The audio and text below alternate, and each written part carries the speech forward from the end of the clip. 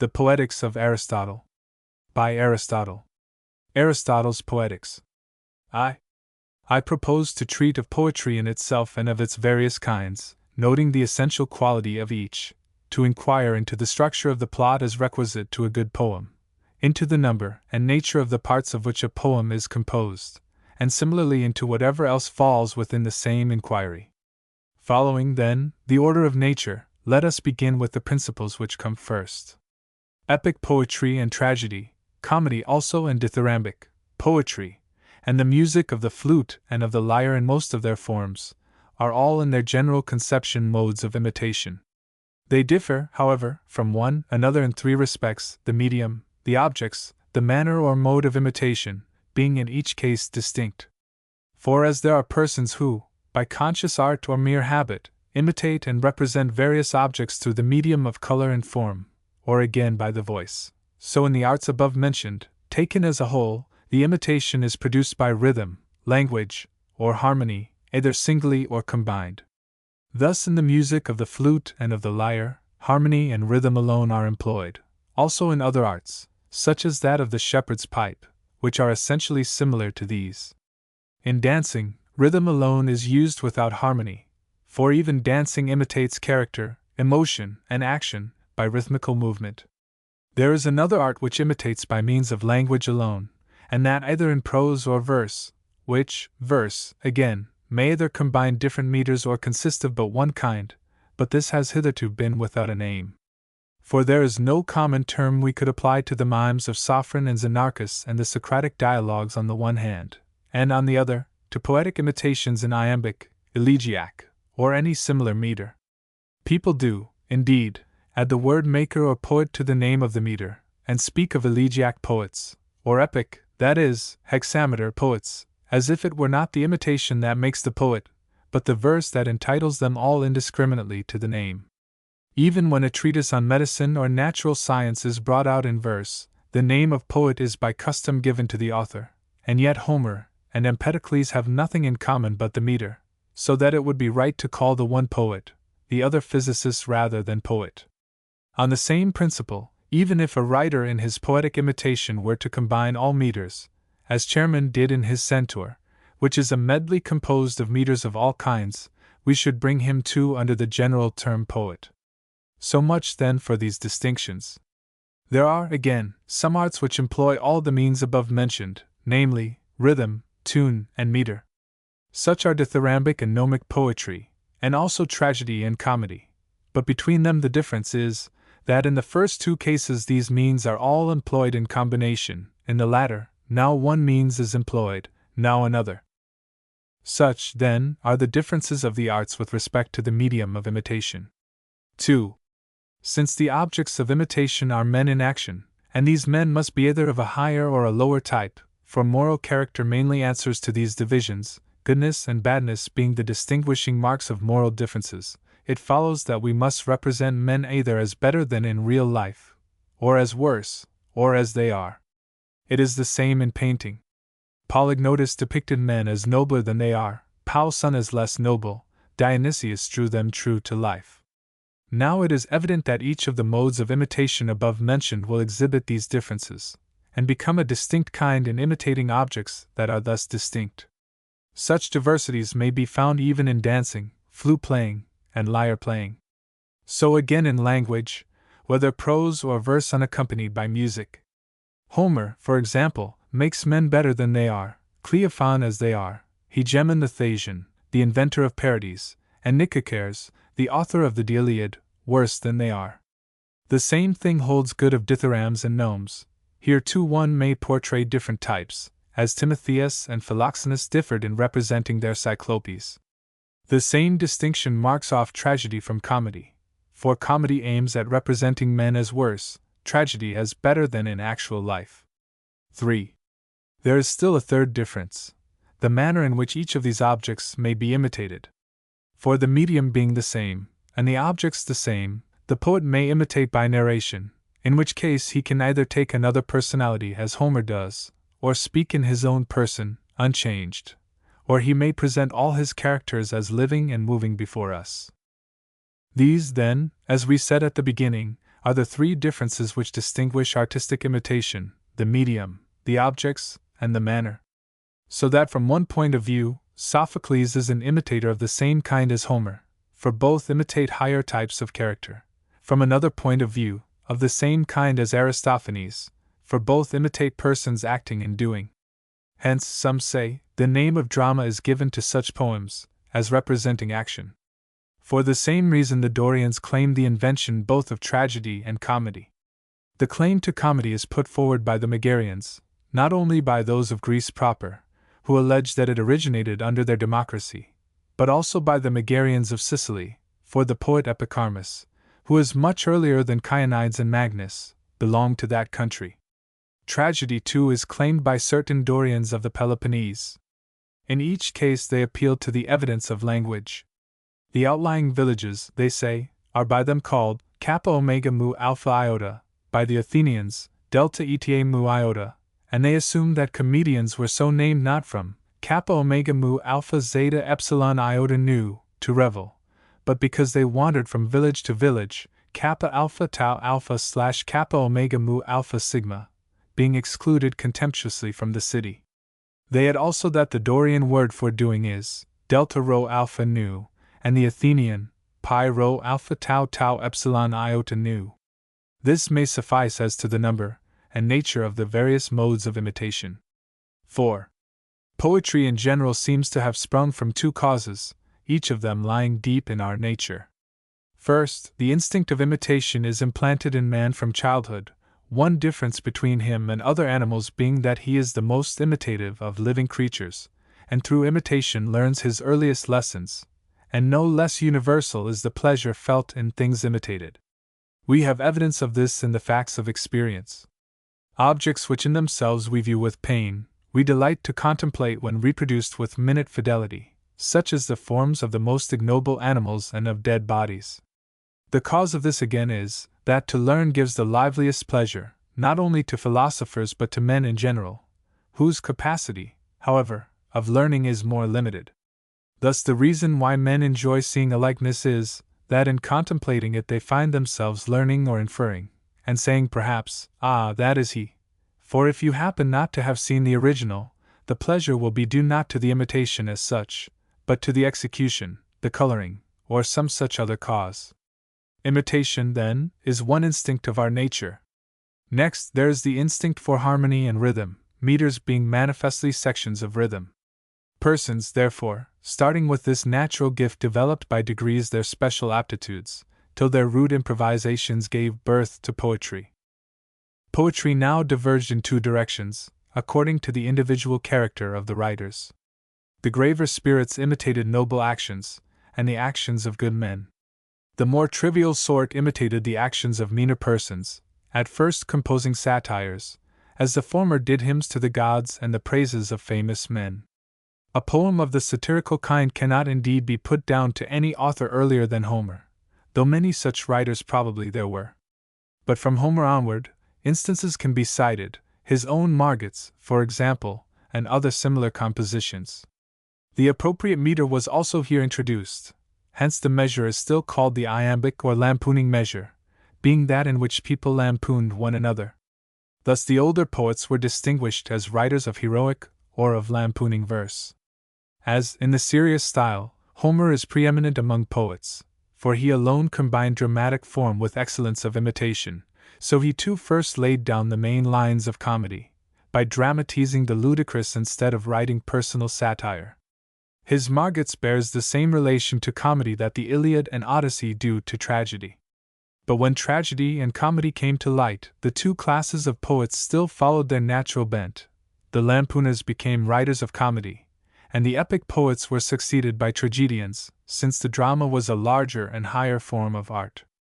Whether tragedy has as yet perfected its proper types or not, and whether it is to be judged in itself, or in relation also to the audience, this raises another question. Be that as it may, tragedy, as also comedy, was at first mere improvisation. The one originated with the authors of the dithyramb, the other with those of the phallic songs, which are still in use in many of our cities. Tragedy advanced by slow degrees. Each new element that showed itself was in turn developed. Having passed through many changes, it found its natural form, and there it stopped. Aeschylus first introduced a second actor. He diminished the importance of the chorus, and assigned the leading part to the dialogue. Sophocles raised the number of actors to 3, and added scene painting. Moreover, it was not till late that the short plot was discarded for one of greater compass, and the grotesque diction of the earlier satiric form for the stately manner of tragedy. The iambic measure then replaced the trochaic tetrameter, which was originally employed when the poetry was of the satiric order, and had greater affinities with dancing. Once dialogue had come in, nature herself discovered the appropriate measure. For the iambic is, of all measures, the most colloquial. We see it in the fact that conversational speech runs into iambic lines more frequently than into any other kind of verse, rarely into hexameters, and only when we drop the colloquial intonation. The additions to the number of episodes or acts, and the other accessories of which tradition tells, must be taken as already described, for to discuss them in detail would, doubtless, be a large undertaking. The comedy is, as we have said, an imitation of characters of a lower type, not, however, in the full sense of the word bad, the ludicrous being merely a subdivision of the ugly. It consists in some defect or ugliness which is not painful or destructive. To take an obvious example, the comic mask is ugly and distorted, but does not imply pain.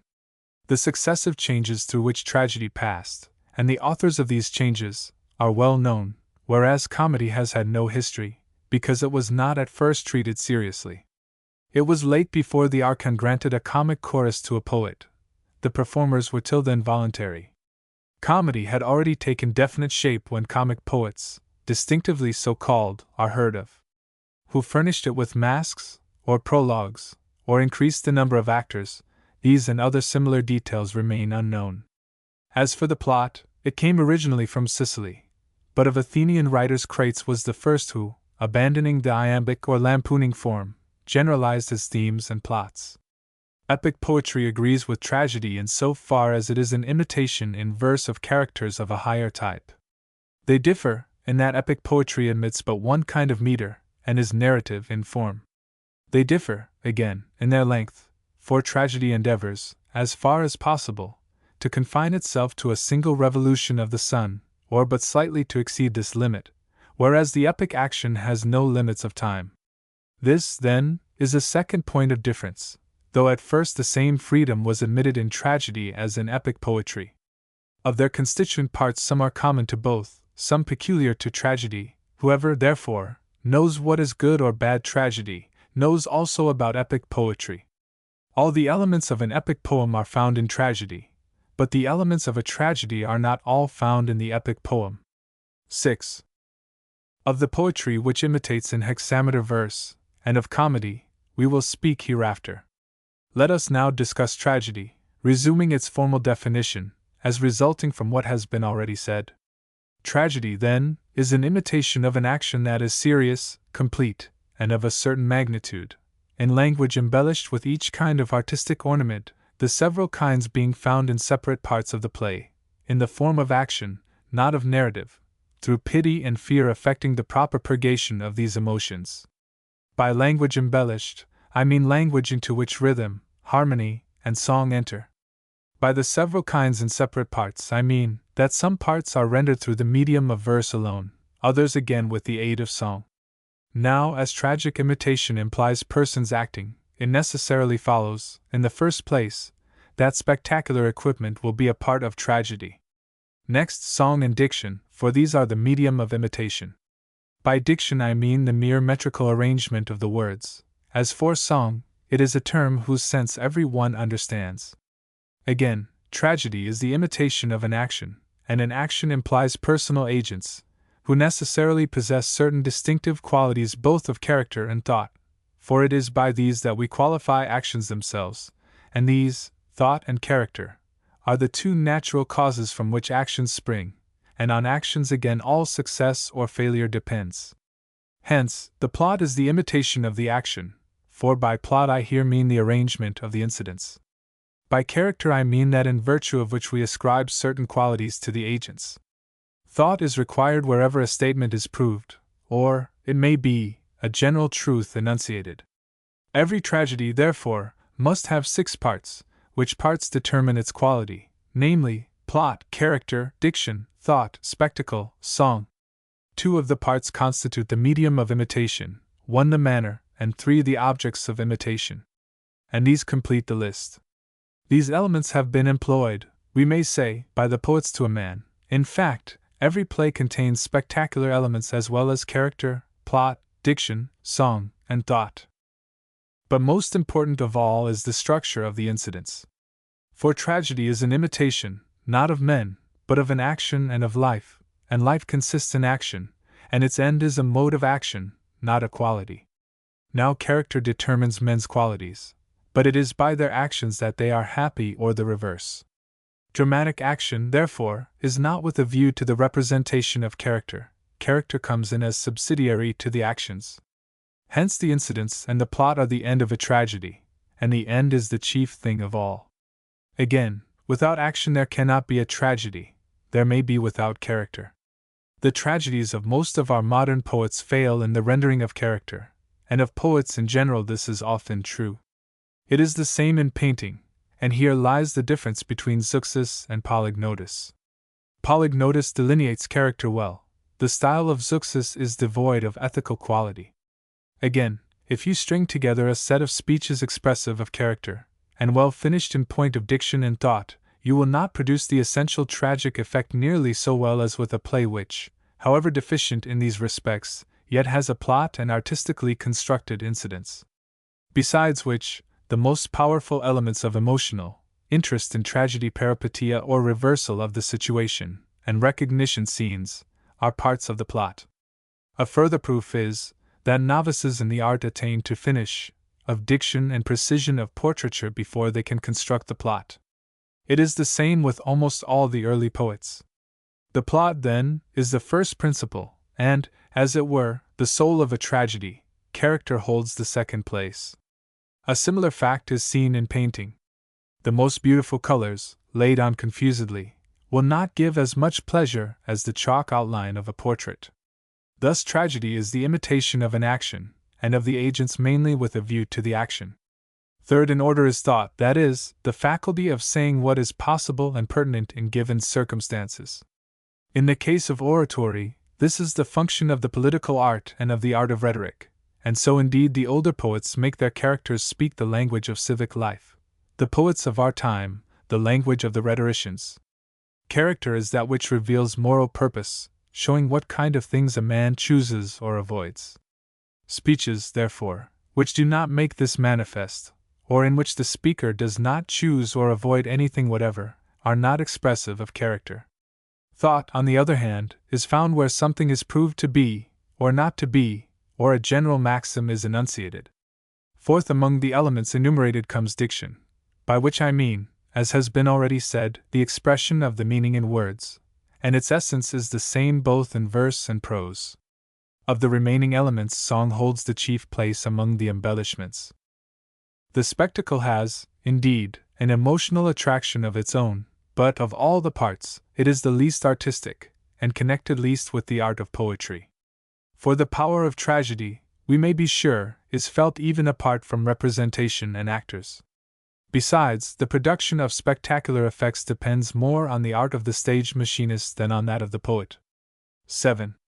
These principles being established, let us now discuss the proper structure of the plot, since this is the first and most important thing in tragedy. Now, according to our definition, tragedy is an imitation of an action that is complete and whole, and of a certain magnitude, for there may be a whole that is wanting in magnitude. A whole is that which has a beginning, a middle, and an end.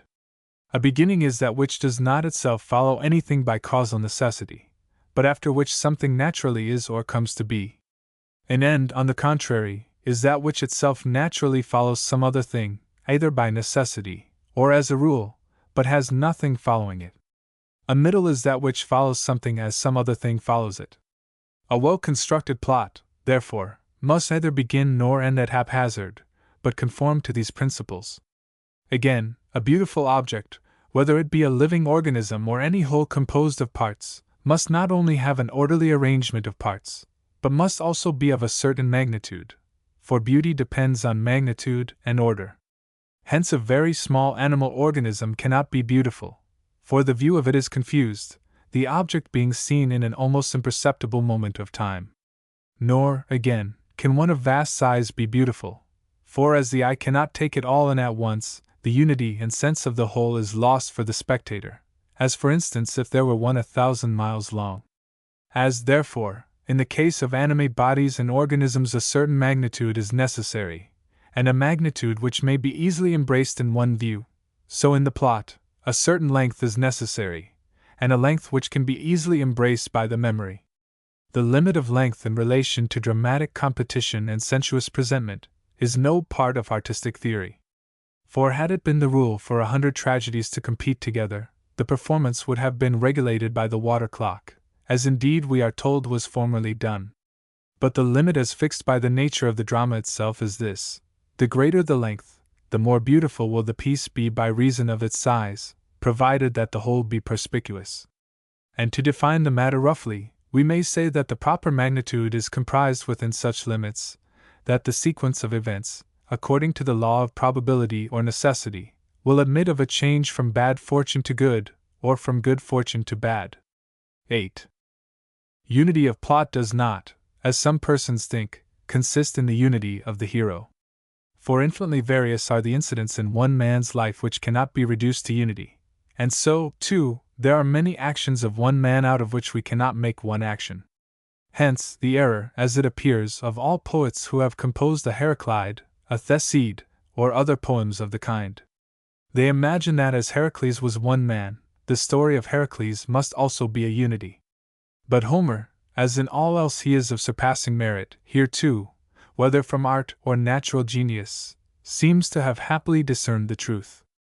In composing the Odyssey he did not include all the adventures of Odysseus, such as his wound on Parnassus, or his feigned madness at the mustering of the host, incidents between which there was no necessary or probable connection, but he made the Odyssey, and likewise the Iliad, to center round an action that in our sense of the word is one. As therefore, in the other imitative arts, the imitation is one when the object imitated is one, so the plot, being an imitation of an action, must imitate one action and that a whole, the structural union of the parts being such that, if any one of them is displaced or removed, the whole will be disjointed and disturbed. For a thing whose presence or absence makes no visible difference is not an organic part of the whole. 9. It is, moreover, evident from what has been said that it is not the function of the poet to relate what has happened, but what may happen, what is possible according to the law of probability or necessity. The poet and the historian differ not by writing in verse or in prose. The work of Herodotus might be put into verse, and it would still be a species of history, with meter no less than without it. The true difference is that one relates what has happened, the other what may happen. Poetry, therefore, is a more philosophical and a higher thing than history, for poetry tends to express the universal, history the particular. By the universal, I mean how a person of a certain type will on occasion speak or act, according to the law of probability or necessity, and it is this universality at which poetry aims in the names she attaches to the personages. The particular is, for example, what Alcibiades did or suffered. In comedy this is already apparent, for here the poet first constructs the plot on the lines of probability, and then inserts characteristic names, unlike the lampooners who write about particular individuals. But tragedians still keep to real names, the reason being that what is possible is credible. What has not happened we do not at once feel sure to be possible, but what has happened is manifestly possible, otherwise it would not have happened. Still there are even some tragedies in which there are only one or two well-known names, the rest being fictitious. In others, none are well known, as in Agathon's Antheus, where incidents and names alike are fictitious, and yet they give none the less pleasure. We must not, therefore, at all costs keep to the received legends, which are the usual subjects of tragedy. Indeed, it would be absurd to attempt it, for even subjects that are known only to a few, and yet give pleasure to all. It clearly follows that the poet or maker should be the maker of plots rather than of verses, since he is a poet because he imitates, and what he imitates are actions. And even if he chances to take an historical subject, he is nonetheless a poet, for there is no reason why some events that have actually happened should not conform to the law of the probable and possible, and in virtue of that quality in them he is their poet or maker. Of all plots and actions the episodic are the worst. I call a plot episodic in which the episodes or acts succeed one another without probable or necessary sequence. Bad poets compose such pieces by their own fault, good poets, to please the players, for, as they write show pieces for competition, they stretch the plot beyond its capacity, and are often forced to break the natural continuity. But again, tragedy is an imitation not only of a complete action, but of events inspiring fear or pity. Such an effect is best produced when the events come on us by surprise, and the effect is heightened when, at the same time, they follow as cause and effect. The tragic wonder will be greater than if they happened of themselves or by accident, for even coincidences are most striking when they have an air of design. We may instance the statue of Midas at Argos, which fell upon his murderer while he was a spectator at a festival, and killed him. Such events seem not to be due to mere chance. Plots, therefore, constructed on these principles are necessarily the best. Plots are either simple or complex, for the actions in real life, of which the plots are an imitation, obviously show a similar distinction. An action which is one and continuous in the sense above defined, I call simple, when the change of fortune takes place without reversal of the situation and without recognition. A complex action is one in which the change is accompanied by such reversal, or by recognition, or by both. These last should arise from the internal structure of the plot, so that what follows should be the necessary or probable result of the preceding action. It makes all the difference whether any given event is a case of propter hoc or post hoc. 11. Reversal of the situation is a change by which the action veers round to its opposite, subject always to our rule of probability or necessity. Thus in the Oedipus, the messenger comes to cheer Oedipus and free him from his alarms about his mother, but by revealing who he is, he produces the opposite effect. Again in the Lynceus, Lynceus is being led away to his death, and Danaus goes with him, meaning to slay him. But the outcome of the preceding incidents is that Danaus is killed and Lynceus saved. Recognition, as the name indicates, is a change from ignorance to knowledge, producing love or hate between the persons destined by the poet for good or bad fortune. The best form of recognition is coincident with a reversal of the situation, as in the Oedipus. There are indeed other forms. Even inanimate things of the most trivial kind may in a sense be objects of recognition. Again, we may recognize or discover whether a person has done a thing or not. But the recognition which is most intimately connected with the plot and action is, as we have said, the recognition of persons. This recognition, combined with reversal, will produce either pity or fear, and actions producing these effects are those which, by our definition, tragedy represents. Moreover, it is upon such situations that the issues of good or bad fortune will depend. Recognition, then, being between persons, it may happen that one person only is recognized by the other when the latter is already known, or it may be necessary that the recognition should be on both sides. Thus Iphigenia is revealed to Orestes by the sending of the letter, but another act of recognition is required to make Orestes known to Iphigenia. Two parts, then, of the plot, reversal of the situation and recognition, turn upon surprises. A third part is the scene of suffering. The scene of suffering is a destructive or painful action, such as death on the stage, bodily agony, wounds, and the like. 12. The parts of tragedy which must be treated as elements of the whole have been already mentioned. We now come to the quantitative parts, and the separate parts into which tragedy is divided, namely, prologue, episode, exode, choric song, this last being divided into parode and stasimon. These are common to all plays, peculiar to some are the songs of actors from the stage and the commois. The prologue is that entire part of a tragedy which precedes the parode of the chorus. The episode is that entire part of a tragedy which is between complete choric songs. The exode is that entire part of a tragedy which has no choric song after it. Of the choric part, the parode is the first undivided utterance of the chorus. The stasimon is a choric ode without anapests, or trochaic tetrameters. The commose is a joint lamentation of chorus and actors. The parts of tragedy which must be treated as elements of the whole have been already mentioned. The quantitative parts, the separate parts into which it is divided, are here enumerated. 13. As the sequel to what has already been said, we must proceed to consider what the poet should aim at, and what he should avoid, in constructing his plots, and by what means the specific effect of tragedy will be produced. A perfect tragedy should, as we have seen, be arranged not on the simple but on the complex plan. It should, moreover, imitate actions which excite pity and fear, this being the distinctive mark of tragic imitation.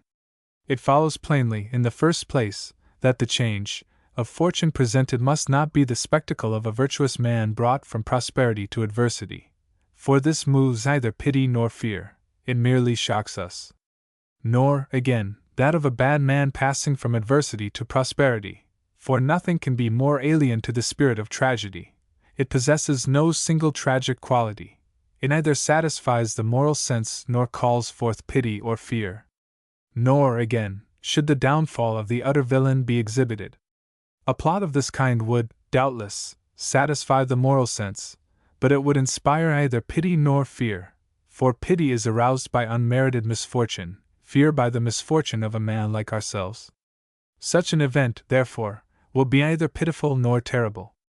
There remains, then, the character between these two extremes, that of a man who is not eminently good and just, yet whose misfortune is brought about not by vice or depravity, but by some error or frailty. He must be one who is highly renowned and prosperous, a personage like Oedipus, Thyestes, or other illustrious men of such families. A well-constructed plot should, therefore, be single in its issue, rather than double as some maintain. The change of fortune should be not from bad to good, but reversely, from good to bad. It should come about as the result not of vice, but of some great error or frailty, in a character either such as we have described, or better rather than worse. The practice of the stage bears out our view. At first the poets recounted any legend that came in their way. Now, the best tragedies are founded on the story of a few houses, on the fortunes of Alcmaeon, Oedipus, Orestes, Meleager, Thyestes, Telephus, and those others who have done or suffered something terrible. A tragedy, then, to be perfect according to the rules of art, should be of this construction. Hence they are in error who censure Euripides just because he follows this principle in his plays, many of which end unhappily. It is, as we have said, the right ending. The best proof is that on the stage and in dramatic competition, such plays, if well worked out, are the most tragic in effect, and Euripides, faulty though he may be in the general management of his subject, yet is felt to be the most tragic of the poets. In the second rank comes the kind of tragedy which some place first. Like the Odyssey, it has a double thread of plot, and also an opposite catastrophe for the good and for the bad. It is accounted the best because of the weakness of the spectators, for the poet is guided in what he writes by the wishes of his audience.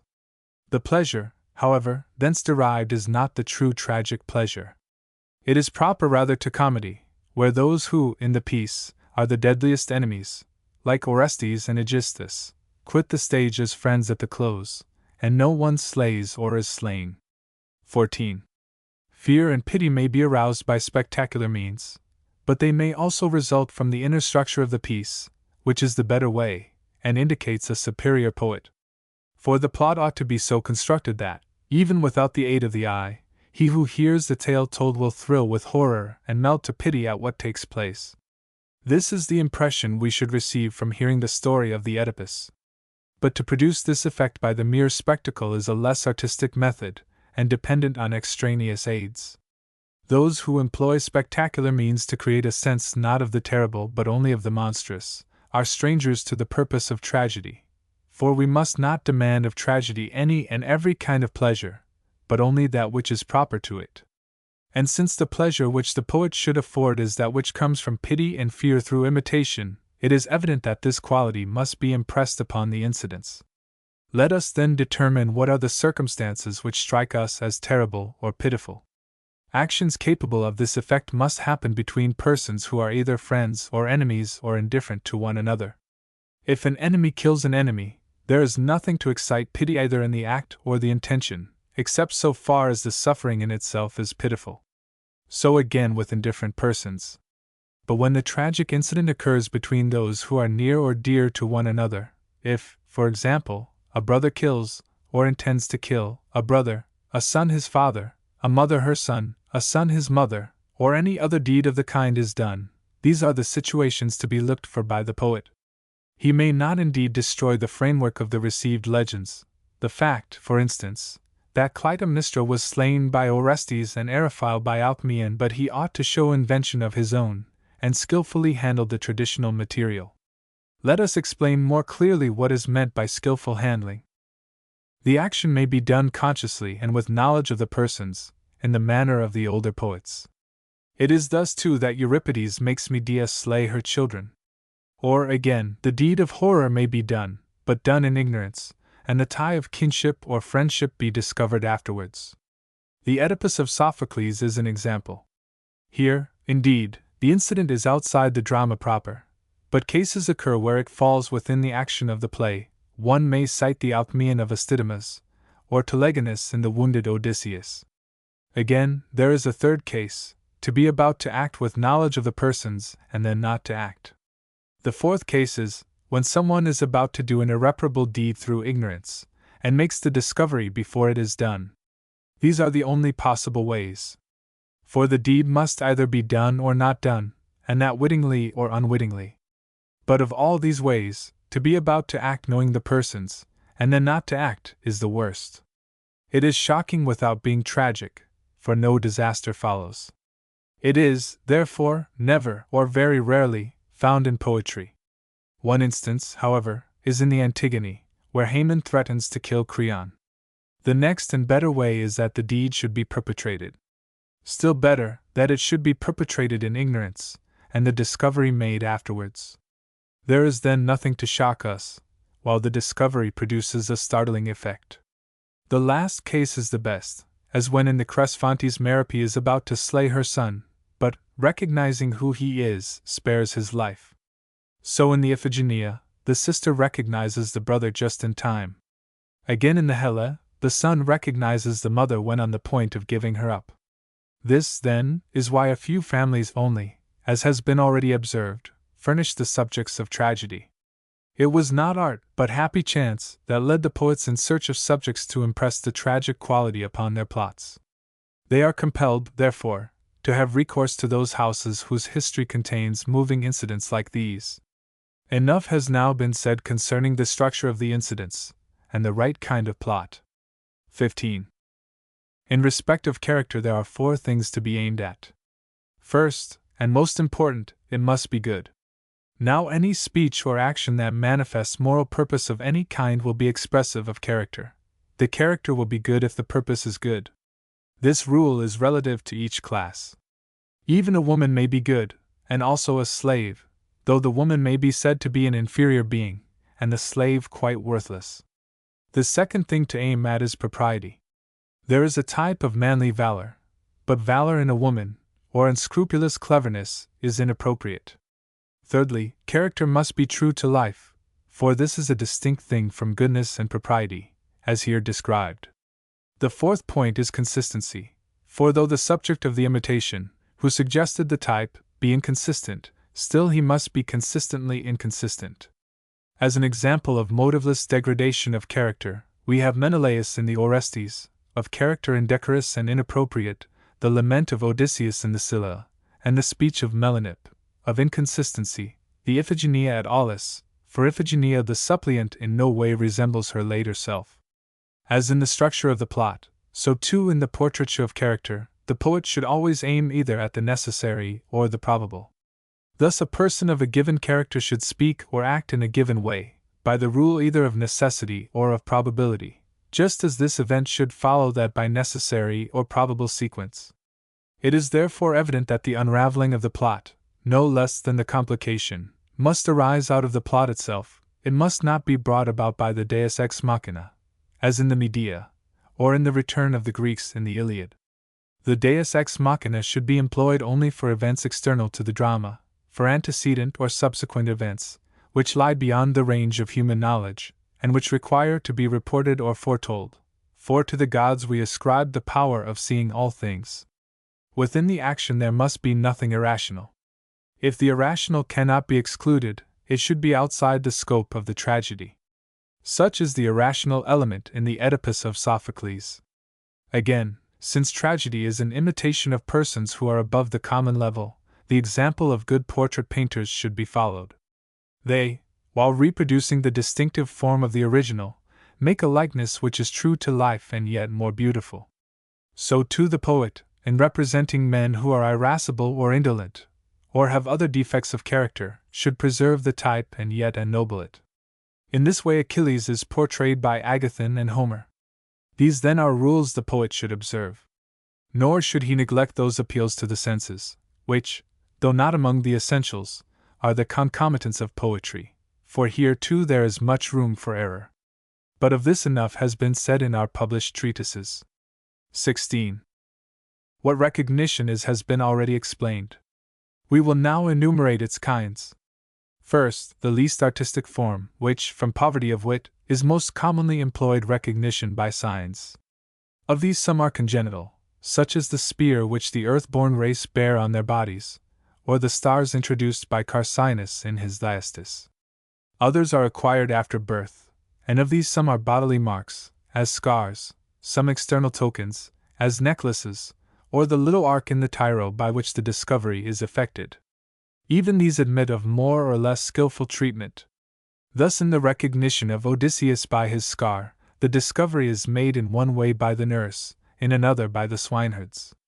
The use of tokens for the express purpose of proof, and indeed, any formal proof with or without tokens, is a less artistic mode of recognition. A better kind is that which comes about by a turn of incident, as in the bath scene in the Odyssey. Next come the recognitions invented at will by the poet, and on that account wanting in art. For example, Orestes in the Iphigenia reveals the fact that he is Orestes. She, indeed, makes herself known by the letter, but he, by speaking himself, and saying what the poet, not what the plot requires. This, therefore, is nearly allied to the fault above mentioned, for Orestes might as well have brought tokens with him. Another similar instance is the voice of the shuttle and the Tyrrhus of Sophocles. The third kind depends on memory when the sight of some object awakens a feeling, as in the Cyprians of Dicægenes, where the hero breaks into tears on seeing the picture, or again in the Lay of Alcinous, where Odysseus, hearing the minstrel play the lyre, recalls the past and weeps, and hence the recognition. The fourth kind is by process of reasoning. Thus in the Coephae, someone resembling me has come, no one resembles me but Orestes, therefore Orestes has come. Such too is the discovery made by Iphigenia in the play of Polyidus the Sophist. It was a natural reflection for Orestes to make, so I too must die at the altar like my sister. So, again, in the Titius of Theodectes, the father says, I came to find my son, and I lose my own life. So too in the Phainaidae, the women, on seeing the place, inferred their fate. Here we are doomed to die, for here we were cast forth. Again, there is a composite kind of recognition involving false inference on the part of one of the characters, as in the Odysseus disguised as a messenger. A said that no one else was able to bend the bow, hence B, the disguised Odysseus, imagined that a would recognize the bow which, in fact, he had not seen, and to bring about a recognition by this means that the expectation a would recognize the bow is false inference. But of all recognitions the best is that which arises from the incidents themselves, where the startling discovery is made by natural means. Such is that in the Oedipus of Sophocles, and in the Iphigenia, for it was natural that Iphigenia should wish to dispatch a letter. These recognitions alone dispense with the artificial aid of tokens or amulets. Next come the recognitions by process of reasoning. 17. In constructing the plot and working it out with the proper diction, the poet should place the scene, as far as possible, before his eyes. In this way, seeing everything with the utmost vividness, as if he were a spectator of the action, he will discover what is in keeping with it, and be most unlikely to overlook inconsistencies. The need of such a rule is shown by the fault found in Carcinus. Amphiaraus was on his way from the temple. This fact escaped the observation of one who did not see the situation.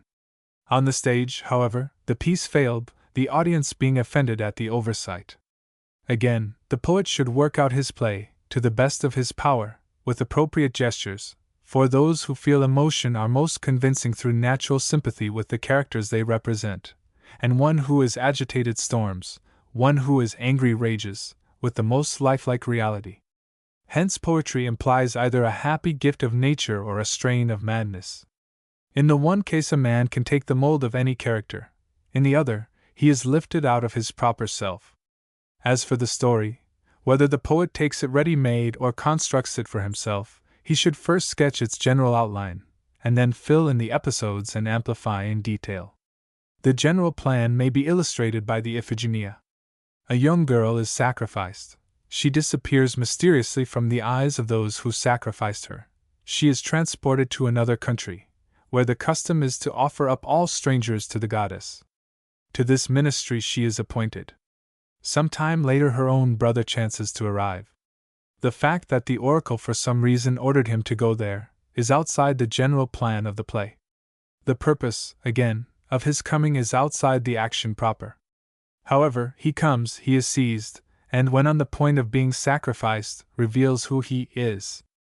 The mode of recognition may be either that of Euripides or of Polyidus, in whose play he exclaims very naturally, "So it was not my sister only, but I too, who was doomed to be sacrificed," and by that remark he is saved. After this, the names being once given, it remains to fill in the episodes. We must see that they are relevant to the action.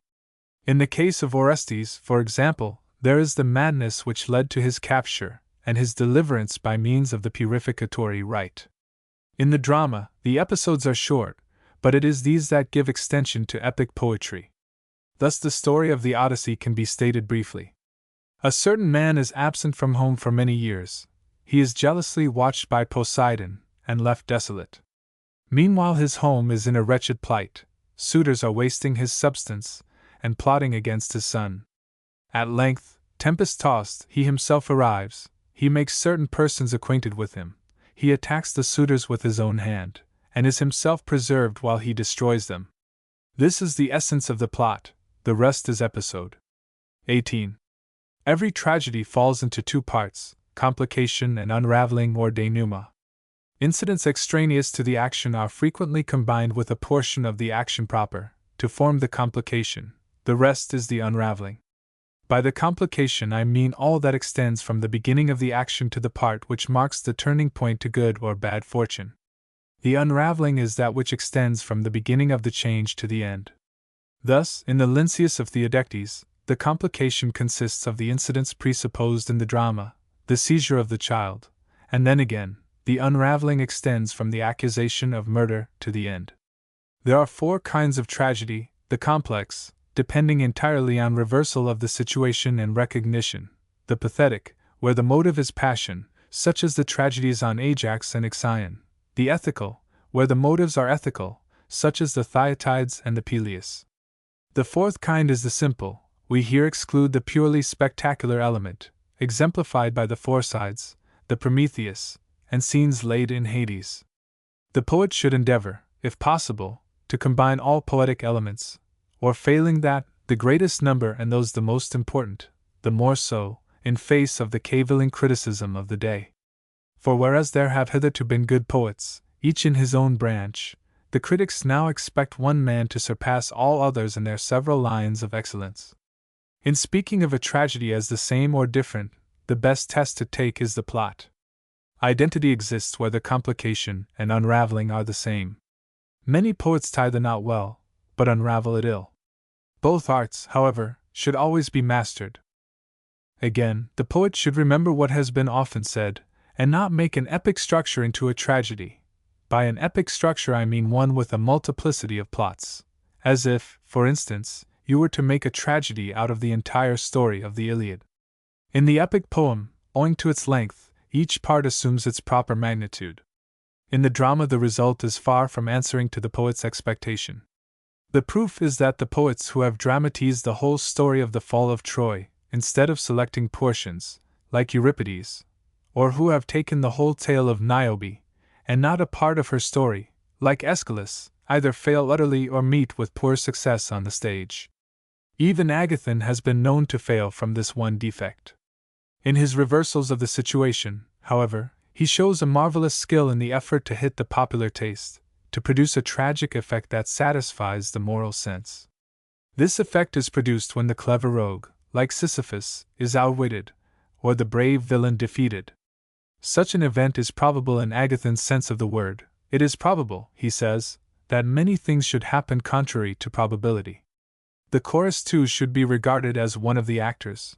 It should be an integral part of the whole, and share in the action, in the manner not of Euripides but of Sophocles. As for the later poets, their choral songs pertain as little to the subject of the piece as to that of any other tragedy. They are, therefore, sung as mere interludes, a practice first begun by Agathon. Yet what difference is there between introducing such choral interludes, and transferring a speech, or even a whole act, from one play to another? 19. It remains to speak of diction and thought, the other parts of tragedy having been already discussed. Concerning thought, we may assume what is said in the rhetoric, to which inquiry the subject more strictly belongs. Under thought is included every effect which has to be produced by speech, the subdivisions being proof and refutation, the excitation of the feelings, such as pity, fear, anger, and the like, the suggestion of importance, or its opposite.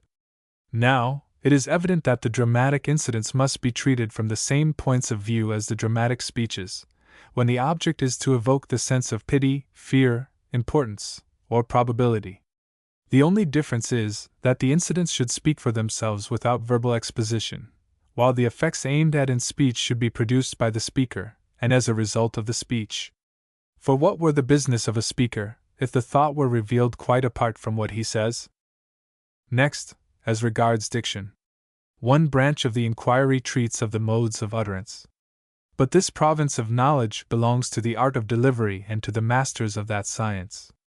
It includes, for instance, what is a command, a prayer, a statement, a threat, a question, an answer, and so forth.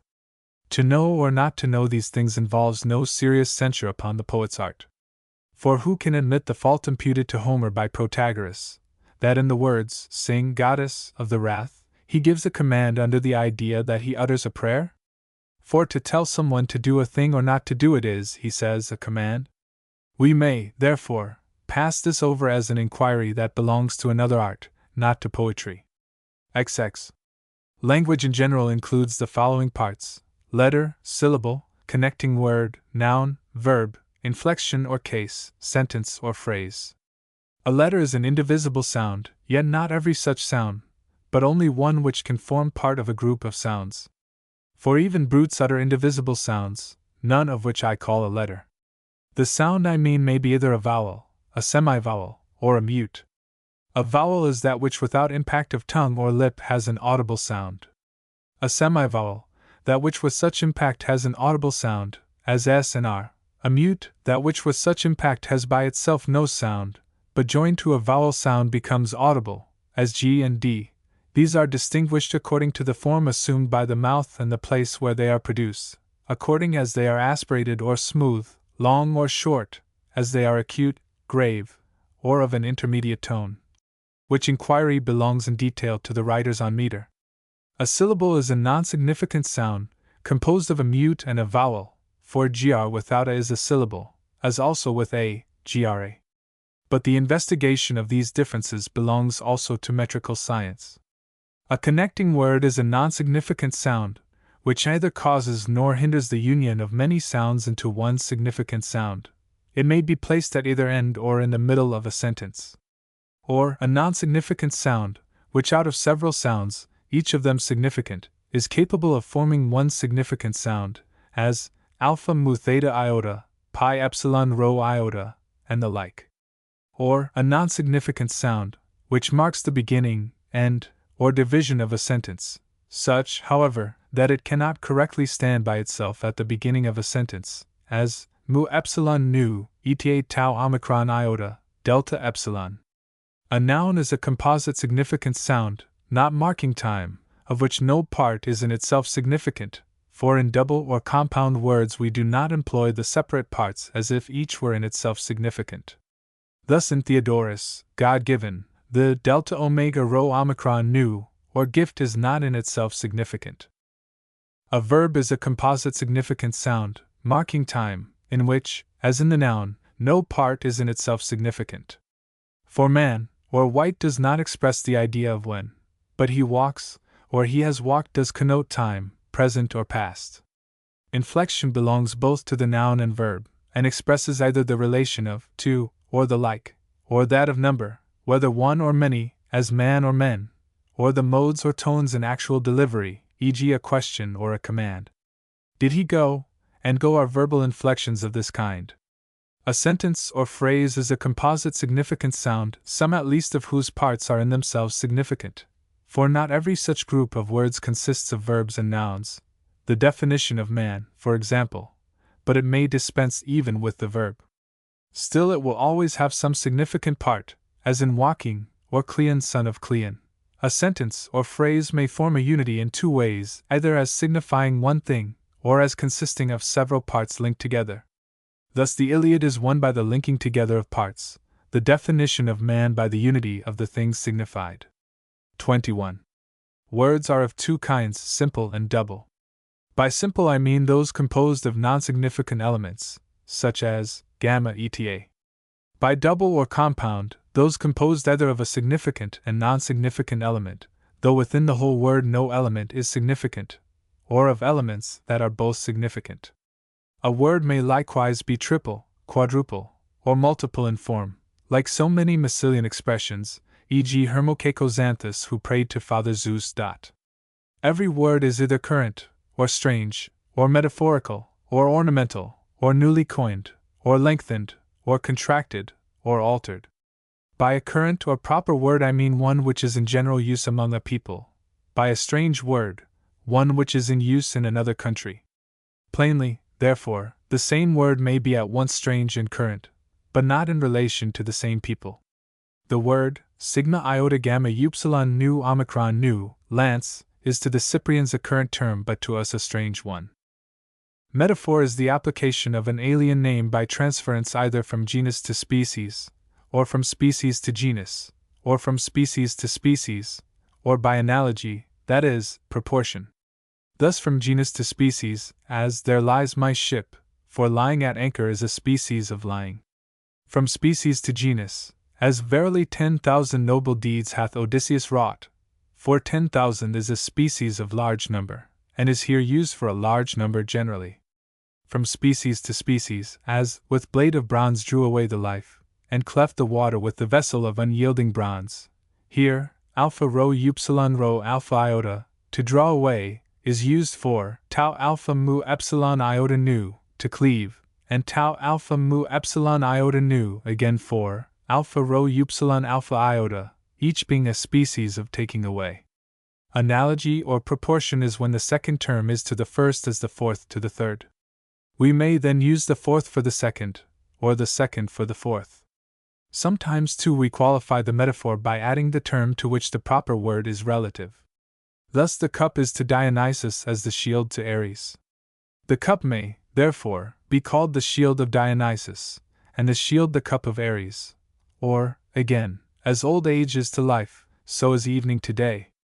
Evening may therefore be called the old age of the day, and old age, the evening of life, or, in the phrase of Empedocles, life's setting Sunday. For some of the terms of the proportion there is at times no word in existence, still the metaphor may be used. For instance, to scatter seed is called sowing, but the action of the sun in scattering his rays is nameless. Still this process bears to the sun the same relation as sowing to the seed. Hence the expression of the poet sowing the God-created light. There is another way in which this kind of metaphor may be employed. We may apply an alien term, and then deny of that term one of its proper attributes, as if we were to call the shield, not the cup of Ares, but the wineless cup. An ornamental word. A newly coined word is one which has never been even in local use, but is adopted by the poet himself. Some such words there appear to be, as epsilon rho nu upsilon gamma epsilon sigma, sprouters, for kappa epsilon rho alpha tau alpha, horns, and alpha rho eta tau eta rho, supplicator, for iota epsilon rho epsilon upsilon sigma, priest. A word is lengthened when its own vowel is exchanged for a longer one, or when a syllable is inserted. A word is contracted when some part of it is removed. Instances of lengthening are pi omicron lambda eta omicron sigma, for pi omicron lambda epsilon omega sigma, and pi eta lambda eta iota alpha delta epsilon omega, for pi eta lambda epsilon iota delta omicron upsilon, of contraction, kappa rho iota, delta omega, and omicron psi, as in mu iota alpha slash gamma iota nu epsilon tau alpha iota slash alpha mu phi omicron tau epsilon rho omega nu slash omicron psi. An altered word is one in which part of the ordinary form is left unchanged, and part is recast, as in delta epsilon 11 iota tau epsilon rho omicron nu slash kappa alpha tau alpha slash mu alpha zeta omicron nu, delta epsilon 11 iota tau epsilon rho omicron nu, is for delta epsilon 11 iota omicron nu. Nouns in themselves are either masculine, feminine, or neuter. Masculine are such as end in nu, rho, sigma, or in some letter compounded with sigma, these being 2 and 11. Feminine, such as end in vowels that are always long, namely eta and omega, and of vowels that admit of lengthening, those in alpha. Thus the number of letters in which nouns masculine and feminine end is the same, 4 psi, and 11 are equivalent to endings in sigma. No noun ends in a mute or a vowel short by nature. 3 only end in iota, mu eta lambda iota, kappa omicron mu iota, pi epsilon rho iota, 5 end in upsilon. Neuter nouns end in these two latter vowels, also in nu and sigma. 22. The perfection of style is to be clear without being mean. The clearest style is that which uses only current or proper words. At the same time it is mean, witness the poetry of Cleophon and of Sthenelus.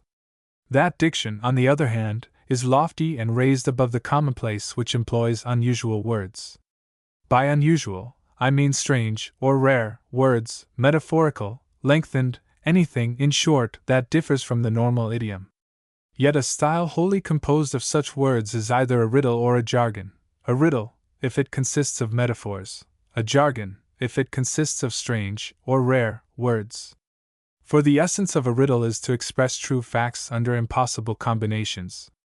Now this cannot be done by any arrangement of ordinary words, but by the use of metaphor it can.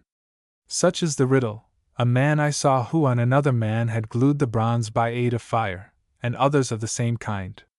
A diction that is made up of strange, or rare, terms is a jargon. A certain infusion, therefore, of these elements is necessary to style, for the strange, or rare, word, the metaphorical, the ornamental, and the other kinds above mentioned, will raise it above the commonplace and mean, while the use of proper words will make it perspicuous. But nothing contributes more to produce a clearness of diction that is remote from commonness than the lengthening, contraction, and alteration of words. For by deviating in exceptional cases from the normal idiom, the language will gain distinction, while, at the same time, the partial conformity with usage will give perspicuity. The critics, therefore, are in error who censure these licenses of speech, and hold the author up to ridicule. Thus Euclides the elder declared that it would be an easy matter to be a poet if you might lengthen syllables at will. He caricatured the practice in the very form of his diction, as in the verse, epsilon pi iota chi alpha rho eta nu slash epsilon iota delta omicron nu slash mu alpha rho alpha theta omega nu alpha delta epsilon slash beta alpha delta iota zeta omicron nu tau alpha, or omicron upsilon kappa slash alpha nu slash gamma slash epsilon rho alpha mu epsilon nu omicron sigma slash tau omicron nu slash epsilon kappa epsilon iota nu omicron upsilon slash epsilon lambda lambda epsilon beta omicron rho omicron nu. To employ such license at all obtrusively is, no doubt, grotesque, but in any mode of poetic diction there must be moderation. Even metaphors, strange or rare words, or any similar forms of speech, would produce the like effect if used without propriety and with the express purpose of being ludicrous. How great a difference is made by the appropriate use of lengthening, may be seen in epic poetry by the insertion of ordinary forms in the verse. So, again, if we take a strange or rare word, a metaphor, or any similar mode of expression, and replace it by the current or proper term, the truth of our observation will be manifest. For example, Aeschylus and Euripides each composed the same iambic line. But the alteration of a single word by Euripides, who employed the rarer term instead of the ordinary one, makes one verse appear beautiful and the other trivial. Aeschylus in his Philoctetes says, Phi alpha gamma epsilon delta alpha iota nu alpha slash delta slash eta slash mu omicron upsilon slash sigma alpha rho kappa alpha sigma slash epsilon rho theta iota slash pi omicron delta omicron sigma. Euripides substitutes theta omicron iota nu alpha tau alpha iota, feasts on 4, epsilon sigma theta iota, feeds on, again, in the line. Nu upsilon nu slash delta epsilon slash mu slash epsilon omega nu slash omicron lambda iota gamma upsilon sigma slash tau epsilon slash kappa alpha iota slash omicron upsilon tau iota delta alpha nu omicron sigma slash kappa alpha iota slash alpha epsilon iota kappa eta sigma. The difference will be felt if we substitute the common words nu upsilon nu slash delta epsilon slash mu slash epsilon omega nu slash mu iota kappa rho omicron sigma slash tau epsilon slash kappa alpha iota slash alpha rho theta epsilon nu iota kappa omicron sigma slash kappa alpha iota slash alpha epsilon iota delta gamma sigma. Or, if for the line, delta iota phi rho omicron nu slash alpha epsilon iota kappa epsilon lambda iota omicron nu slash kappa alpha tau alpha theta epsilon iota sigma slash omicron lambda iota gamma eta nu slash tau epsilon slash tau rho alpha pi epsilon iota sigma slash omicron lambda iota gamma eta nu slash tau epsilon slash tau rho alpha pi epsilon zeta alpha nu, we read. Delta iota phi rho omicron nu slash mu omicron chi theta eta rho omicron nu slash kappa alpha tau alpha theta epsilon iota sigma slash mu iota kappa rho alpha nu slash tau epsilon slash tau rho alpha pi epsilon zeta alpha nu. Or for eta iota omicron nu epsilon sigma slash beta omicron omega rho iota nu, eta iota omicron nu epsilon sigma kappa rho alpha zeta omicron upsilon rho iota nu. Again, Ariphrades ridiculed the tragedians for using phrases which no one would employ in ordinary speech, for example, delta omega mu alpha tau omega nu slash alpha pi omicron, instead of alpha pi omicron slash delta omega mu alpha tau omega nu, rho epsilon theta epsilon nu, epsilon gamma omega slash delta epsilon slash nu iota nu, alpha chi iota lambda epsilon omega sigma slash pi epsilon rho iota, instead of pi epsilon rho iota slash alpha chi iota lambda epsilon omega sigma, and the like. It is precisely because such phrases are not part of the current idiom that they give distinction to the style. This, however, he failed to see. It is a great matter to observe propriety in these several modes of expression, as also in compound words, strange, or rare, words, and so forth. But the greatest thing by far is to have a command of metaphor. This alone cannot be imparted by another, it is the mark of genius, for to make good metaphors implies an eye for resemblances. Of the various kinds of words, the compound are best adapted to dithyrambs, rare words to heroic poetry, metaphors to iambic. In heroic poetry, indeed, all these varieties are serviceable. But in iambic verse, which reproduces, as far as may be, familiar speech, the most appropriate words are those which are found even in prose. These are the current or proper, the metaphorical, the ornamental. Concerning tragedy and imitation by means of action, this may suffice. 23. As to that poetic imitation which is narrative in form and employs a single meter, the plot manifestly ought, as in a tragedy, to be constructed on dramatic principles. It should have for its subject a single action, whole and complete, with a beginning, a middle, and an end. It will thus resemble a living organism in all its unity, and produce the pleasure proper to it. It will differ in structure from historical compositions, which of necessity present not a single action, but a single period, and all that happened within that period to one person or to many, little connected together, as the events may be. For as the sea fight at Salamis and the battle with the Carthaginians in Sicily took place at the same time, but did not tend to any one result, so in the sequence of events, one thing sometimes follows another, and yet no single result is thereby produced. Such is the practice, we may say, of most poets. Here again, then, as has been already observed, the transcendent excellence of Homer is manifest. He never attempts to make the whole war of Troy the subject of his poem, though that war had a beginning and an end. It would have been too vast a theme, and not easily embraced in a single view. If, again, he had kept it within moderate limits, it must have been overcomplicated by the variety of the incidents. As it is, he detaches a single portion, and admits as episodes many events from the general story of the war, such as the catalogue of the ships and others, thus diversifying the poem. All other poets take a single hero, a single period, or an action single indeed, but with a multiplicity of parts. Thus did the author of the Cypria and of the Little Iliad. For this reason the Iliad and the Odyssey each furnish the subject of one tragedy, or, at most, of two, while the Cypria supplies materials for many, and the Little Iliad for 8, the Award of the Arms, the Philoctetes, the Neoptolemus, the Eurypylus, the mendicant Odysseus, the Laconian women, the fall of Ilium, the departure of the fleet. 24. Again, epic poetry must have as many kinds as tragedy. It must be simple, or complex, or ethical, or pathetic. The parts also, with the exception of song and spectacle, are the same, for it requires reversals of the situation, recognitions, and scenes of suffering. Moreover, the thoughts and the diction must be artistic. In all these respects Homer is our earliest and sufficient model. Indeed, each of his poems has a twofold character. The Iliad is at once simple and pathetic, and the Odyssey complex, for recognition scenes run through it, and at the same time ethical. Moreover, in diction and thought they are supreme. Epic poetry differs from tragedy in the scale on which it is constructed, and in its meter. As regards scale or length, we have already laid down an adequate limit. The beginning and the end must be capable of being brought within a single view. This condition will be satisfied by poems on a smaller scale than the old epics, and answering in length to the group of tragedies presented at a single sitting. Epic poetry has, however, a special, capacity for enlarging its dimensions, and we can see the reason.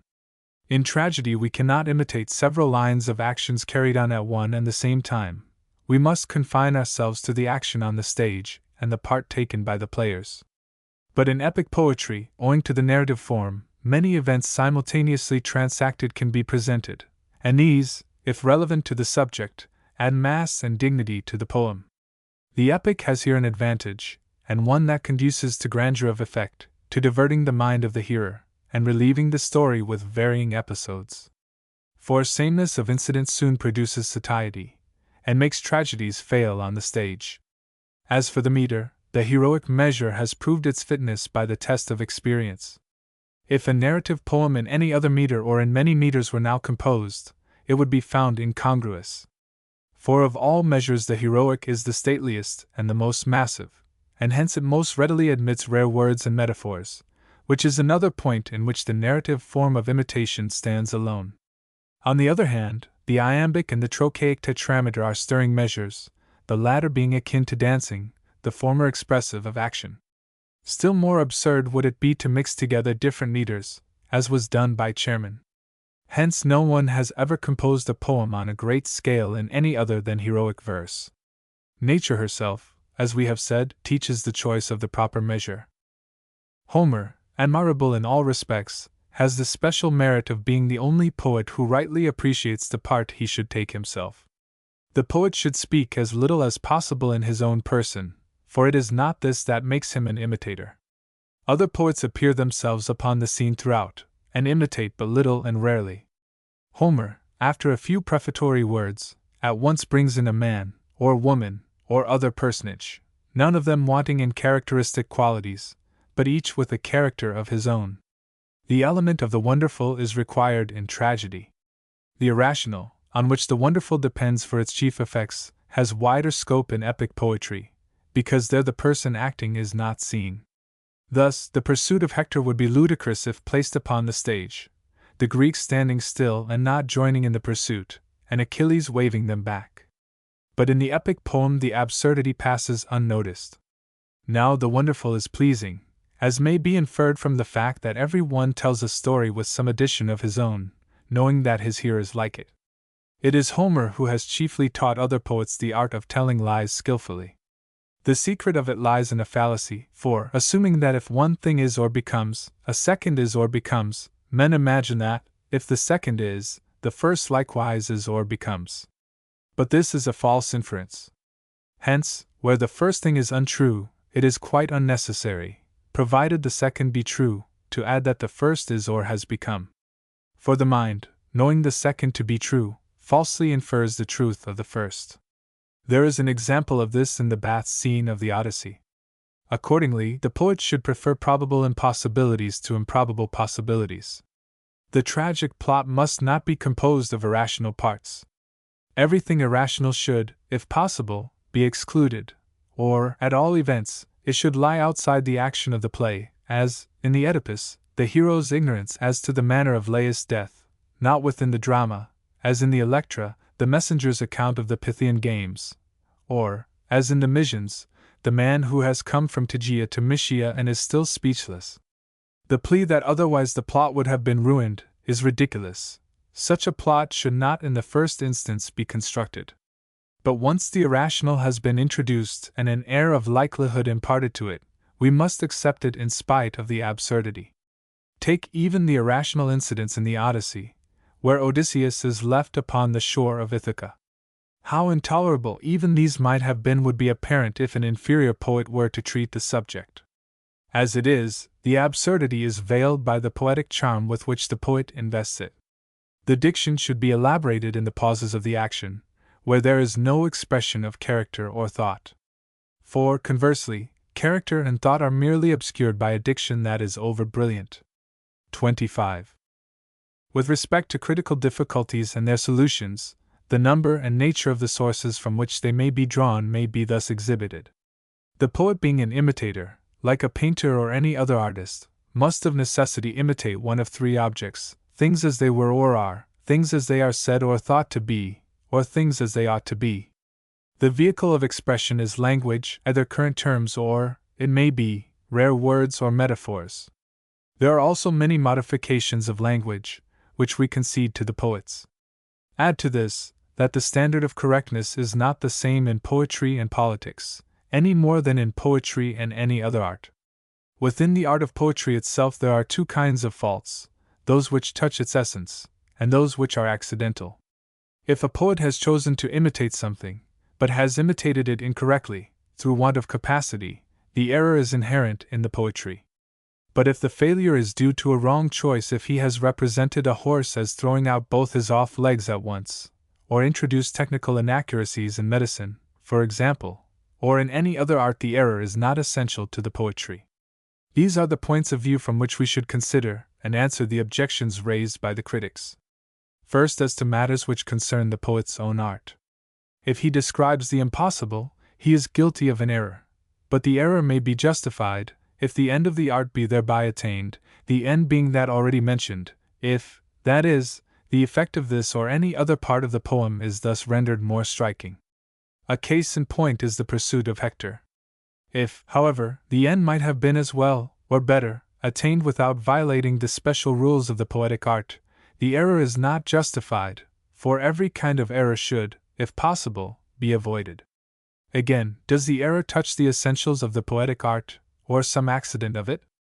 For example, not to know that a hind has no horns is a less serious matter than to paint it inartistically.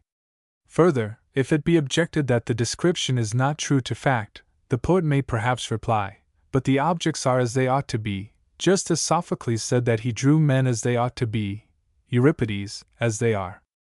In this way the objection may be met. If, however, the representation be of either kind, the poet may answer, this is how men say the thing is. This applies to tales about the gods. It may well be that these stories are not higher than fact nor yet true to fact, They are, very possibly, what Xenophanes says of them.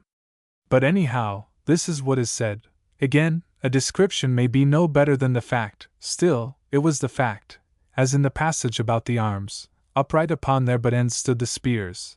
This was the custom then, as it now is among the Illyrians. Again, in examining whether what has been said or done by someone is poetically right or not, we must not look merely to the particular act or saying, and ask whether it is poetically good or bad. We must also consider by whom it is said or done, to whom, when, by what means, or for what end, whether, for instance, it be to secure a greater good, or avert a greater evil. Other difficulties may be resolved by due regard to the usage of language. We may note a rare word, as in omicron upsilon rho eta alpha sigma slash mu epsilon nu slash pi rho omega tau omicron nu, where the poet perhaps employs omicron upsilon rho eta alpha sigma, not in the sense of needles, but of sentinels. So, again, of Dolan, ill-favored indeed he was to look upon. It is not meant that his body was ill-shaped, but that his face was ugly, for the Cretans used the word epsilon iota delta epsilon sigma, well-favored, to denote a fair face. Again, zeta omega rho omicron tau epsilon rho omicron nu slash delta epsilon slash kappa epsilon rho alpha iota epsilon, mix the drink livelier, does not mean mix it stronger as for hard drinkers, but mix it quicker. Sometimes an expression is metaphorical, as now all gods and men were sleeping through the night, while at the same time the poet says, often indeed as he turned his gaze to the Trojan plain, he marveled at the sound of flutes and pipes. All is here used metaphorically for many, all being a species of many. So in the verse, alone she hath no part, omicron iota eta, alone, is metaphorical, for the best known may be called the only one. Again, the solution may depend upon accent or breathing. Thus Hippias of Thasos solved the difficulties in the lines, delta delta omicron mu epsilon nu, delta omicron mu epsilon nu, delta epsilon slash omicron iota, and tau omicron slash mu epsilon nu slash omicron upsilon, kappa alpha tau alpha pi upsilon theta epsilon tau alpha iota slash omicron mu beta rho omega. Or again, the question may be solved by punctuation, as in Empedocles, of a sudden things became mortal that before had learned to be immortal, and things unmixed before mixed. Or again, by ambiguity of meaning, as pi alpha rho omega chi ta kappa epsilon nu slash delta epsilon slash pi lambda epsilon omega slash nu upsilon 11, where the word pi lambda epsilon omega is ambiguous. Or by the usage of language. Thus any mixed drink is called omicron iota nu omicron sigma, wine. Hence Ganymede is said to pour the wine to Zeus, though the gods do not drink wine. So two workers in iron are called chi alpha lambda kappa epsilon alpha sigma, or workers in bronze. This, however, may also be taken as a metaphor. Again, when a word seems to involve some inconsistency of meaning, we should consider how many senses it may bear in the particular passage. For example, there was stayed the spear of bronze. We should ask in how many ways we may take being checked there. The true mode of interpretation is the precise opposite of what Glaucon mentions. Critics, he says, jump at certain groundless conclusions. They pass adverse judgment, and then proceed to reason on it, and assuming that the poet has said whatever they happen to think, find fault if a thing is inconsistent with their own fancy. The question about Icarius has been treated in this fashion. The critics imagine he was a Lacedaemonian. They think it strange, therefore, that Telemachus should not have met him when he went to Lacedaemon. But the Cephalenian story may perhaps be the true one. They allege that Odysseus took a wife from among themselves, and that her father was Icadius, not Icarius. It is merely a mistake, then, that gives plausibility to the objection. In general, the impossible must be justified by reference to artistic requirements, or to the higher reality, or to received opinion.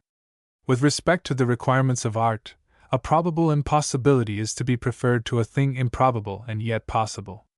Again, it may be impossible that there should be men such as Zeuxis painted. Yes, we say, but the impossible is the higher thing, for the ideal type must surpass the reality. To justify the irrational, we appeal to what is commonly said to be In addition to which, we urge that the irrational sometimes does not violate reason, just as it is probable that a thing may happen contrary to probability. Things that sound contradictory should be examined by the same rules as in dialectical refutation, whether the same thing is meant, in the same relation, and in the same sense. We should therefore solve the question by reference to what the poet says himself, or to what is tacitly assumed by a person of intelligence.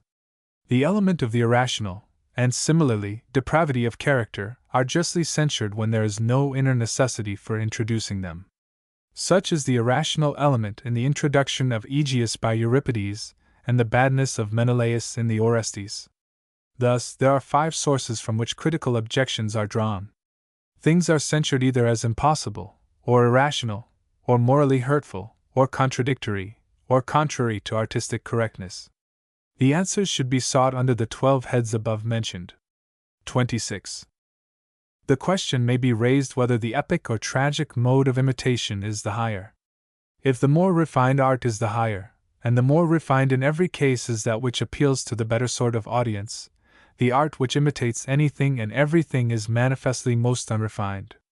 The audience is supposed to be too dull to comprehend unless something of their own is thrown in by the performers, who therefore indulge in restless movements. Bad flute players twist and twirl, if they have to represent the quoit throw, or hustle the Coryphaeus when they perform the Scylla. Tragedy, it is said, has this same defect. We may compare the opinion that the older actors entertained of their successors. Meniscus used to call Callapydes ape on account of the extravagance of his action, and the same view was held of Pindarus. Tragic art, then, as a whole, stands to epic in the same relation as the younger to the elder actors. So we are told that epic poetry is addressed to a cultivated audience, who do not need gesture; tragedy, to an inferior public. Being then unrefined, it is evidently the lower of the two. Now, in the first place, this censure attaches not to the poetic but to the histrionic art, for gesticulation may be equally overdone in epic recitation, as by Sosistratus, or in lyrical competition, as by Nausithius Theopuntian. Next, all action is not to be condemned any more than all dancing, but only that of bad performers. Such was the fault found in Callapydes, as also in others of our own day, who are censured for representing degraded women. Again, tragedy, like epic poetry, produces its effect even without action; it reveals its power by mere reading. If then, in all other respects it is superior, this fault, we say, is not inherent in it. And superior it is, because it has all the epic elements. It may even use the epic meter, with the music and spectacular effects as important accessories, and these produce the most vivid of pleasures. Further, it has vividness of impression in reading as well as in representation. Moreover, the art attains its end within narrower limits, for the concentrated effect is more pleasurable than one which is spread over a long time and so diluted. What, for example, would be the effect of the Oedipus of Sophocles, if it were cast into a form as long as the Iliad? Once more, the epic imitation has less unity, as is shown by this, that any epic poem will furnish subjects for several tragedies. Thus, if the story adopted by the poet has a strict unity, it must either be concisely told and appear truncated, or, if it conform to the epic canon of length, it must seem weak and watery. Such length implies some loss of unity if, the poem is constructed out of several actions, like the Iliad and the Odyssey, which have many such parts, each with a certain magnitude of its own. Yet these poems are as perfect as possible in structure; each is, in the highest degree attainable, an imitation of a single action. If, then, tragedy is superior to epic poetry in all these respects, and, moreover, fulfills its specific function better as an art, for each art ought to produce, not any chance pleasure, but the pleasure proper to it, as already stated, it plainly follows that tragedy is the higher art, as attaining its end more perfectly. Thus much may suffice concerning tragic and epic poetry in general, their several kinds and parts, with the number of each and their differences, the causes that make a poem good or bad, the objections of the critics and the answers to these objections.